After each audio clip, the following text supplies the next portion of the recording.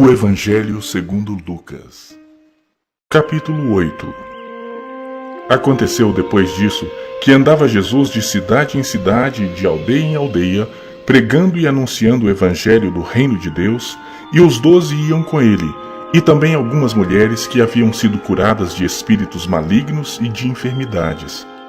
Maria, chamada Madalena, da qual saíram 7 demônios, e Joana, mulher de Cusa, procurador de Herodes, Susana e muitas outras, as quais lhe prestavam assistência com seus bens. Afluindo uma grande multidão e vindo ter com ele gente de todas as cidades, disse Jesus por parábola: Eis que o semeador saiu a semear. E ao semear, uma parte caiu à beira do caminho, foi pisada e as aves do céu a comeram. Outra caiu sobre a pedra, e tendo crescido, secou por falta de umidade. Outra caiu no meio dos espinhos, e estes, ao crescerem com ela, a sufocaram. Outra, afinal, caiu em boa terra, cresceu e produziu a 100 por 1.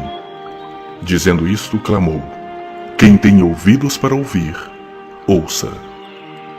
E os seus discípulos o interrogaram, dizendo: Que parábola é esta? Respondeu-lhes Jesus: A vós outros é dado conhecer os mistérios do reino de Deus. Aos demais fala-se por parábolas, para que vendo não vejam, e ouvindo não entendam.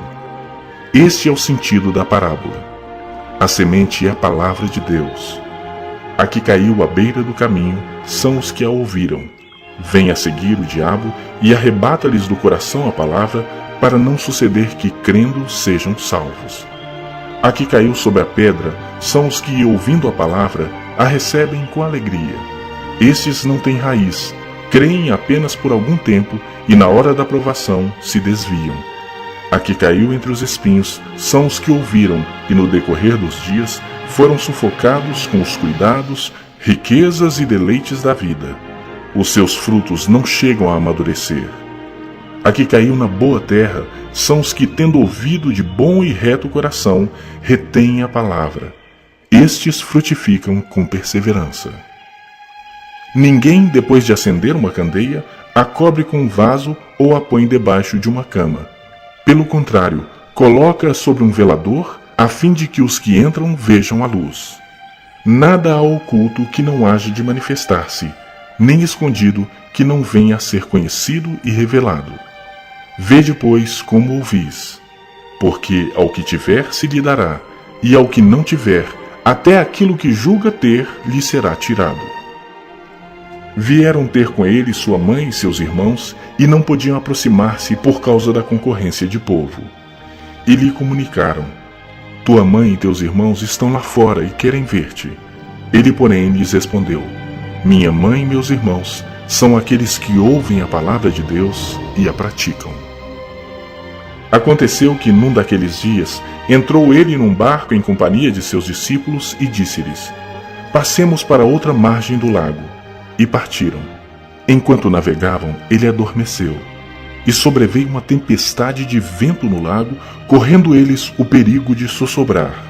Chegando-se a ele, despertaram-no, dizendo: Mestre, mestre, estamos perecendo. Despertando-se Jesus, repreendeu o vento e a fúria da água. Tudo cessou e veio a bonança. Então lhes disse: Onde está a vossa fé? Eles, possuídos de temor e admiração, diziam uns aos outros: Quem é esse que até aos ventos e às ondas repreende e lhe obedecem? Então rumaram para a terra dos Gerazenos, fronteira da Galileia. Logo ao desembarcar, veio da cidade ao seu encontro um homem possesso de demônios, que havia muito não se vestia, nem habitava em casa alguma, porém vivia nos sepulcros. E quando viu a Jesus, prostrou-se diante dele, exclamando e dizendo em alta voz: Que tenho eu contigo, Jesus, Filho do Deus Altíssimo? Rogo-te que não me atormentes. Porque Jesus ordenara ao espírito imundo que saísse do homem, pois muitas vezes se apoderara dele. E embora procurassem conservá-lo preso com cadeias e grilhões, tudo despedaçava e era impelido pelo demônio para o deserto. Perguntou-lhe Jesus: Qual é o teu nome? Respondeu ele: Legião, porque tinham entrado nele muitos demônios. rogavam-lhe que não os mandasse sair para o abismo. Ora, andava ali pastando no monte uma grande manada de porcos. Rogaram-lhe que lhes permitisse entrar naqueles porcos, e Jesus o permitiu. Tendo os demônios saído do homem, entraram nos porcos, e a manada precipitou-se de espinhadeiro abaixo para dentro do lago e se afogou. Os porqueiros, vendo o que acontecera, fugiram e foram anunciá-lo na cidade e pelos campos. Então saiu o povo para ver o que se passara e foram ter com Jesus. De fato, acharam o homem de quem saíram os demônios, vestido, em perfeito juízo, assentado aos pés de Jesus, e ficaram dominados de terror. E algumas pessoas que tinham presenciado os fatos contaram-lhes também como fora salvo o endemoniado. Todo o povo da circunvizinhança dos Gerazenos rogou-lhe que se retirasse deles, pois estavam possuídos de grande medo. E Jesus, tomando de novo o barco, voltou. O homem de quem tinham saído os demônios rogou-lhe que o deixasse estar com ele. Jesus, porém, o despediu, dizendo: Volta para casa e conta aos teus tudo o que Deus fez por ti. Então foi ele anunciando por toda a cidade todas as coisas que Jesus lhe tinha feito. Ao regressar Jesus, a multidão o recebeu com alegria, porque todos o estavam esperando. Eis que veio um homem chamado Jairo, que era chefe da sinagoga, e prostrando-se aos pés de Jesus, lhe suplicou que chegasse até a sua casa, pois tinha uma filha única de uns 12 anos que estava à morte. Enquanto ele ia, as multidões o apertavam. Certa mulher que havia 12 anos vinha sofrendo de uma hemorragia, e a quem ninguém tinha podido curar, e que gastara com os médicos todos os seus haveres, veio por trás dele e lhe tocou na orla da veste, e logo se lhe estancou a hemorragia. Mas Jesus disse: Quem me tocou? Como todos negassem, Pedro com seus companheiros disse: Mestre, as multidões te apertam e te oprimem, e dizes: Quem me tocou? Contudo Jesus insistiu: Alguém me tocou, porque senti que de mim saiu poder.